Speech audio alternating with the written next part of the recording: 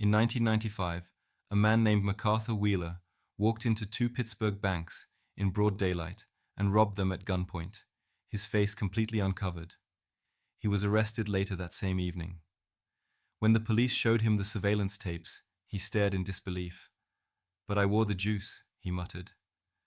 It turns out, Mr. Wheeler had covered his face in lemon juice before the robberies. He believed that since lemon juice can be used as invisible ink, it would make his face invisible to security cameras. He wasn't crazy, he was just incredibly, confidently wrong. This bizarre story caught the attention of two social psychologists at Cornell University, David Dunning and his graduate student, Dunning-Kruger. They were fascinated by the core question: how could someone be so profoundly mistaken about their own abilities? How could a person's confidence be so completely disconnected from their actual competence? This question led them to a series of groundbreaking experiments and the discovery of a cognitive bias that is now famous: the Dunning-Kruger Effect. Today, we are going to dive deep into this fascinating quirk of the human mind. We will explore what the Dunning-Kruger Effect is, the surprising psychology that drives it, how it shows up all around us in our daily lives, and most importantly, how we can learn to avoid falling into its trap ourselves. Because the story of the lemon juice bandit is not just a story about one foolish man. It's a cautionary tale about the blind spots that exist in all of our minds. So, what exactly did Dunning and Kruger find? Their original studies were elegantly simple. They went to undergraduate students and gave them tests in a few different areas: humor, grammar, and logical reasoning. After the students completed the tests, the researchers asked them to do something else. They asked them to estimate their own performance. Specifically, they had to guess their own score and rank how well they thought they did compared to all the other students who took the test. The results were stunning. When they analyzed the data, a clear and dramatic pattern emerged. The students who performed the worst on the tests, those who scored in the bottom 25%, didn't just think they did okay. They dramatically overestimated their own ability. On average, these bottom quartile students, who had actually scored around the 12th percentile, believed they had scored around the 62nd percentile. They believed they were comfortably above average. This led Dunning and Kruger to their core insight, what they called the double curse of incompetence. A person with low ability in a certain area is cursed twice. Their first curse is that their lack of skill leads them to make mistakes and perform poorly. But their second, more insidious curse is that the very same lack of skill prevents them from being able to recognize their own mistakes. They lack the knowledge and expertise required to even see what competence looks like in that domain. In other words, they are too incompetent to even know that they are incompetent. Their incompetence robs them of the metacognitive ability, the ability to think about one's own thinking, to accurately judge their own performance. Interestingly, they also discovered the flip side of this coin. The students who were top performers, the true experts in the top quartile, showed the opposite bias. They tended to slightly underestimate their own performance.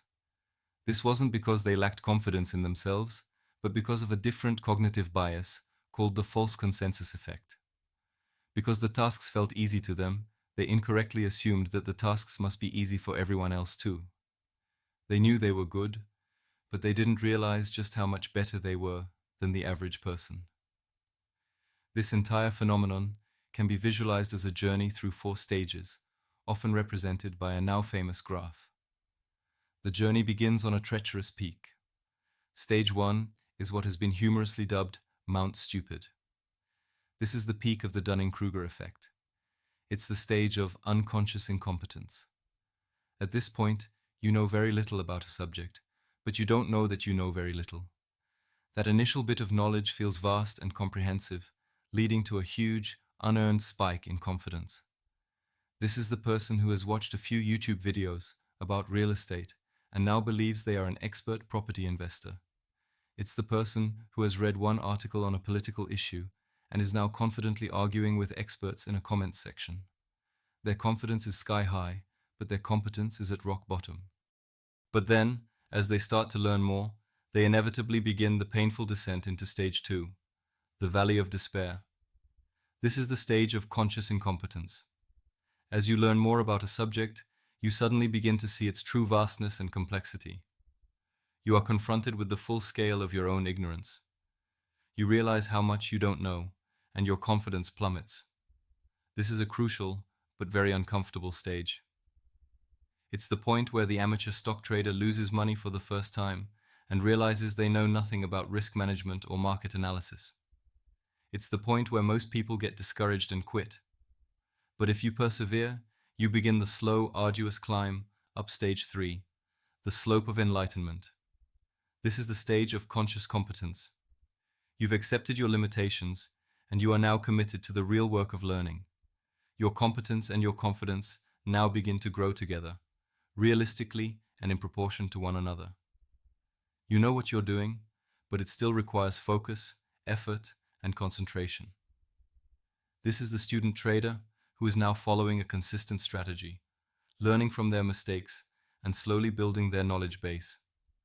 They know they are not a master, but they know they are becoming competent. Finally, after a great deal of practice and experience, you can reach stage 4, the plateau of sustainability. This is the stage of unconscious competence, or mastery. The skill has become so deeply ingrained that it's now second nature. You can do it almost without thinking. This is the seasoned expert, the master craftsperson. And ironically, it is here that the other side of the Dunning-Kruger effect can appear. The expert's curse of underestimating how difficult the skill actually is for a beginner. Once you understand this framework, you start to see the Dunning-Kruger effect everywhere. It's not just a phenomenon that happens in a psychology lab, it is a fundamental part of the human condition.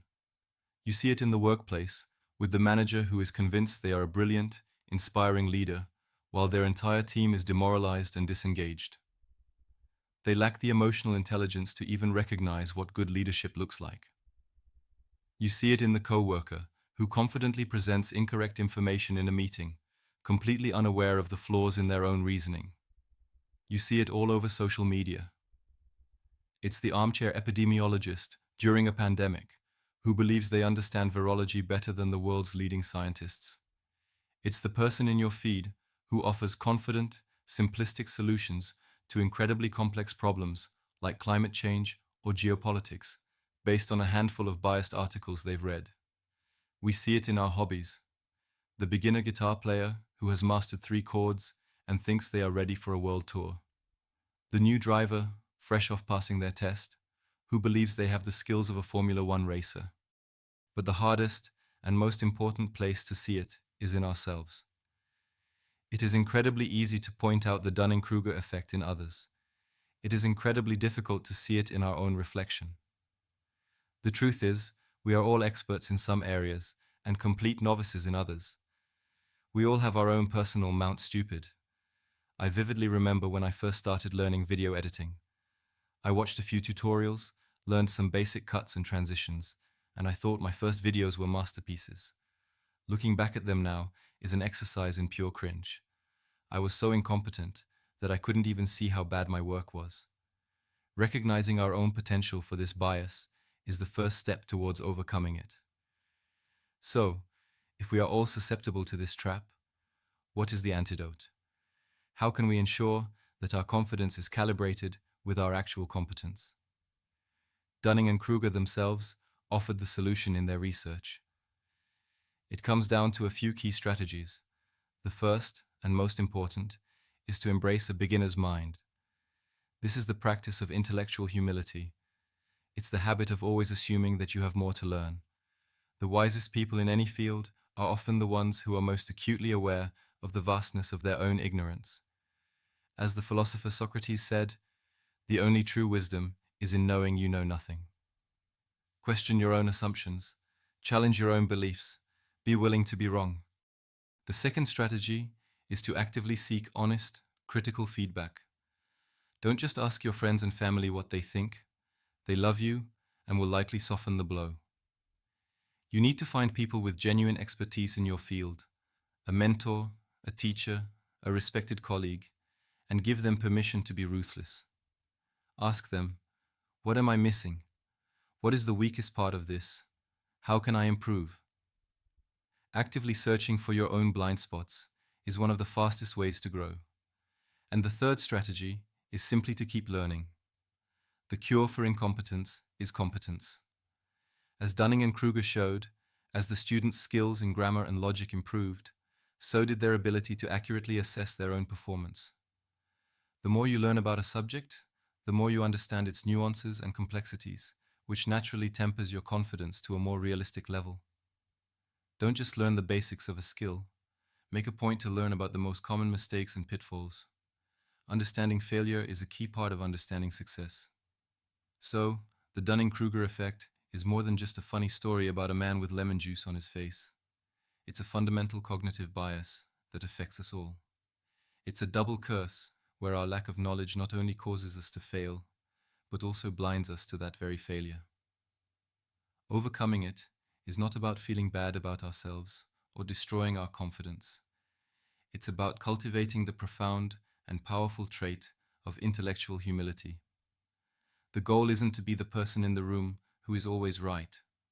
The goal is to be the person who is always learning.